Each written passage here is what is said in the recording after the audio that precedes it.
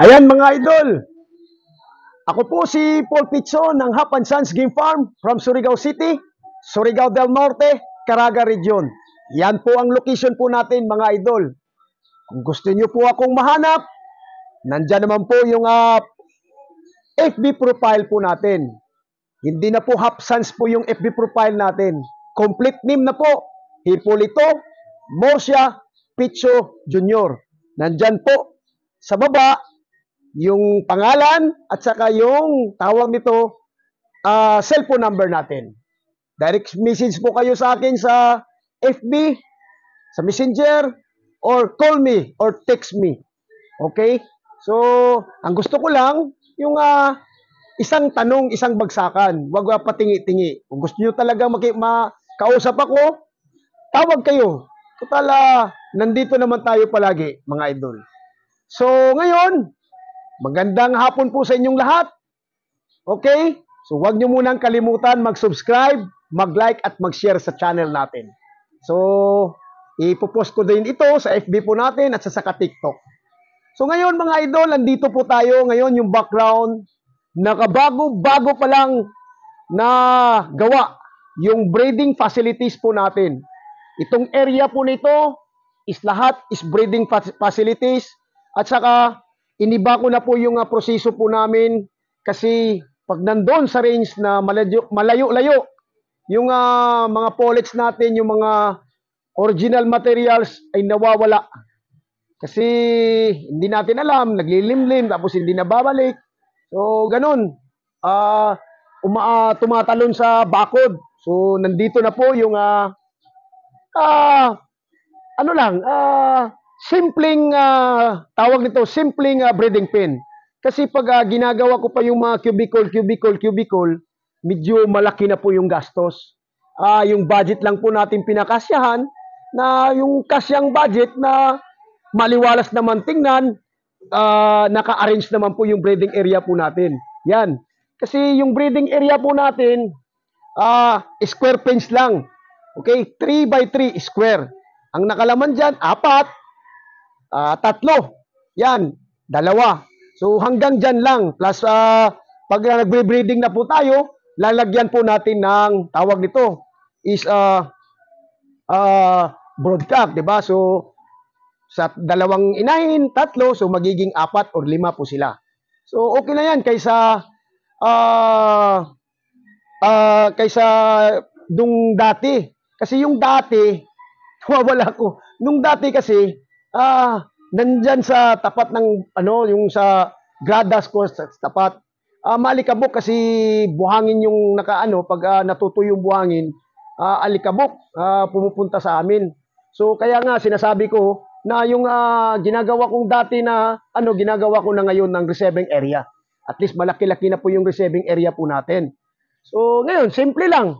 Yan lang po ang po natin, 15 horse po ito sila. 15 na square pin. So, 15, magka-the-same bloodline, may different bloodline. So, okay. Yan lang po. Kasi pag kinikubikol ko pa, malaki ng gastos.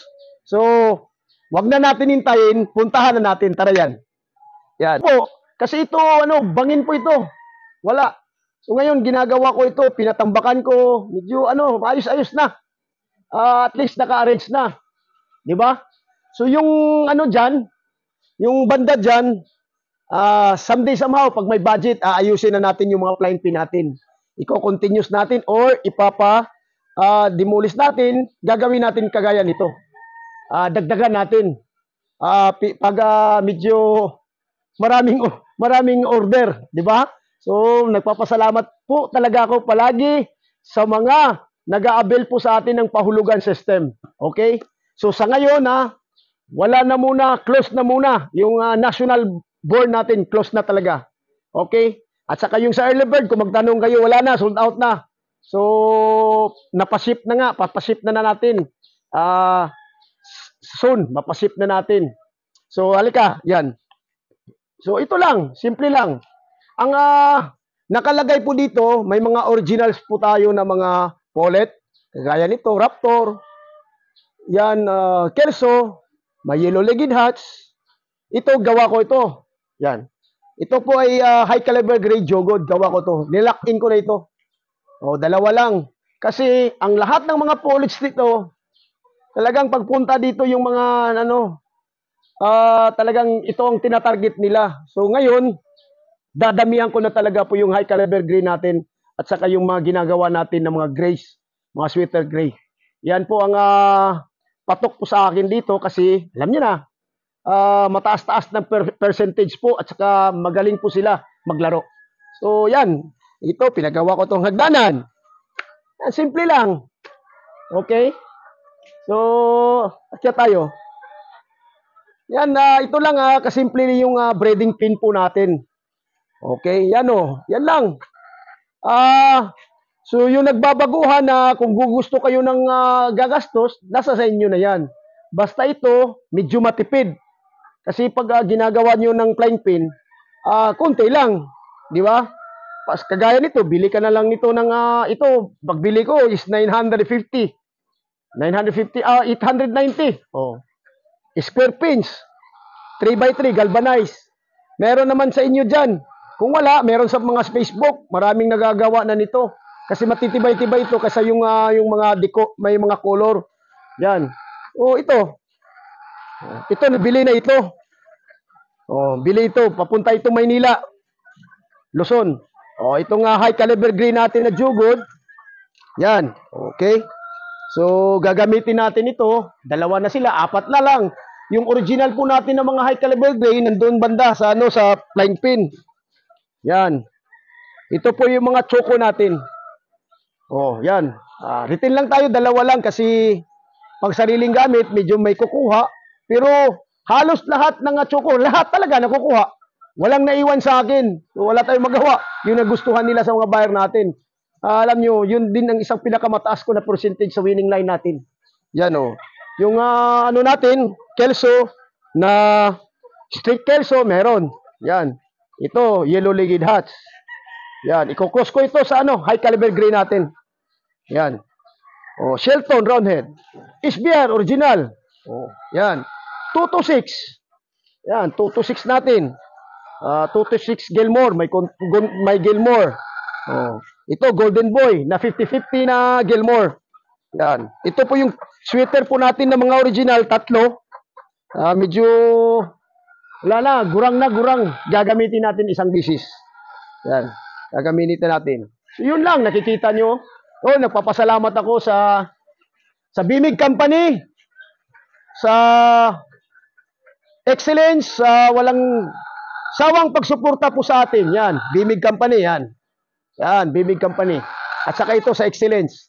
Maraming salamat po sa inyo na nagsuporta sa atin.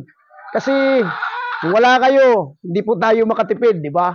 So at least nabibigyan nyo ako ng malaking discount. Yan. Maraming salamat sa tiwala din sa Sons. At least ma-endorse ko naman yung mga product nyo. Excellence, magaling talaga yung Progency, yung lalong-lalo na po yung egg machine nila. At saka yung pag nasa 4 months pataas na, yung Ionix, hindi talaga ako makahiwalay-hiwalay niyan. Pulang-pula talaga po ang mga stocks po natin. Pataas yan. 4 months pataas. Painom ko na yan hanggang ma-release ko na. So, hindi naman araw-araw. So, ngayon, magbibigay ako ng 2 days, ibang vitamins na naman. Kasi ang minimintin ko talaga dito, yung ginagawa kong probiotic. Yan. Taga-suporta lang yung, taga-suporta lang yung tawag nito, yung mga din, yung mga vitamins na yan. So, at least, may vitamins pa, may probiotic ba. So, pasalamat din ako sa Bimig Company. Binibigyan nila ako ng malaking discount. At the same time, local endorser po ako nila. Soon, pupunta tayo, sasabak tayo. Sasabak tayo kung palarin tayo. So, ngayon, wala munang, pupunta, ngayon mamaya yan, pupunta tayo doon. Baka subukan natin by August. Yan, dahil obligado po yung natin, yung farm po natin na sasali. So, may laro sa Surigao Brothers and Crackers Club. Yun, sasalihan natin sila. So, pero yung isasali ko talaga, yung mamainam na manok, medyo, kaya nga, konti lang yung rini-release ko. Kasi, ano lang, para at least, meron naman ako. Kaysa tira-tira lang yung maiwan sa atin. Di ba? So, yun lang, i-focus mo, aatras ka yan, para makikita nila yung, ganun lang kasimple. Ganun lang talaga kasimple yung sistema po natin. Hindi kagaya noon, di ba? Makikita nyo, malaki. Pero yung espasyo, malaki din, maraming polit maano natin, pero parang nagugustuhan ko itong ganitong proseso para sa akin. Madali para sa akin. Pag battery cage kasi, okay naman, wala namang problema sa akin, pero alam niyo na, yung budget natin na mag-in-charge doon, kailangan na naman natin mag-sweldo. So, di ba? So, tipid-tipid tayo konti.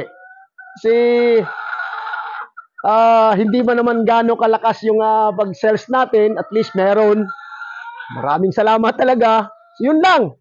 So, yung ganitong sistema, sana maraming gagaya. At least nakikita nyo na. Ano pala ha, bago ako makatapos, nilalagyan ko lang ng pinaka-pinong buhangin. Yan. Walang bato. Walang bato-bato.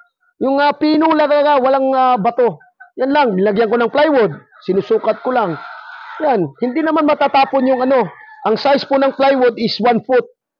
So at least di matatapon yung mga buhangin na yan. O, nakikita nyo. Di ba? So at least, iba-iba. Mga bloodline. Pero pag mag-breeding po ako talaga ng pure, nagsisingle meeting. Yan, nagsisingle meeting po ako. Basta pure. Single meeting talaga. Oo, hindi po ako iniiba ko. The same line, parang tawag nito, battery cage, pero lagay ko dito, lagay ko ngayon. Mamaya na naman, lagay ko na naman doon yung palipat-lipat, doon ang style ko, pero ibang markings. So, yun lang. So, wala na siguro ako masasabi dito. Sa lugar ko, masaya ako. Malaki po ang puso ko ngayon kasi natapos na. Natapos na. Medyo magastos. Magastos po talaga basta mag-ano tayo. Kasi kailangan. Kailangan po talaga ng maayos po na breeding facilities. At saka maayos po na manukan. Yun. Yun lang ang advice ko pag hindi po maayos yung manukan natin. Maglilimit lang po tayo. So yun lang ang advice ko. Huwag kayong magpabigla-bigla kahit alam niyo naman na yung iba makagastos pero nasakripisyo yung ano natin. Yung health ng mga manok natin. Kailangan iano lang natin sa espasyo ng ako kagaya ko isang season, isang paputok lang.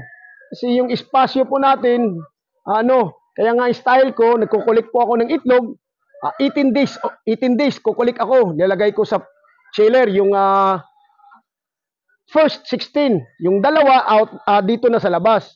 Kasi pagka 18 na kaagad, kulikta, ko yan. So, yun, parang isang putok, isang gagastusin lang ng gamot, lahat-lahat, bakuna. Tapos at least sabay-sabay sila paglaki. Wala na po akong second batch. So, sa naman sa national dahil hindi po ako sa mag-aano ng local. So, ganito, national born na naman ako. So, isang batch din. So, hindi po ako para hindi masakripisyo. Dahil yung range po natin, 4 lang. Isa, pahinga. Gano'n na naman. Yung isa, pahinga. Ito na naman lalagyan. Yun lang, nakarotate. Kaya nga ngayon, ang style ko ngayon, nilalagyan ko na ng apog kasi may magastos nga lang, pero ganun talaga ang breeding natin. Para at least, pag makarating po sa inyo yung mga manok ko, matibay. Di ba? Hindi masakitin. Yun lang po. So, hanggang sa muli. Huwag natin kalimutan mag-ingat. Ingat po talaga tayo palagi. At magdasal. Pag magdasal man tayo, lagay po natin sa isipan. Sa puso po natin si Papa Jesus. God bless. Good afternoon.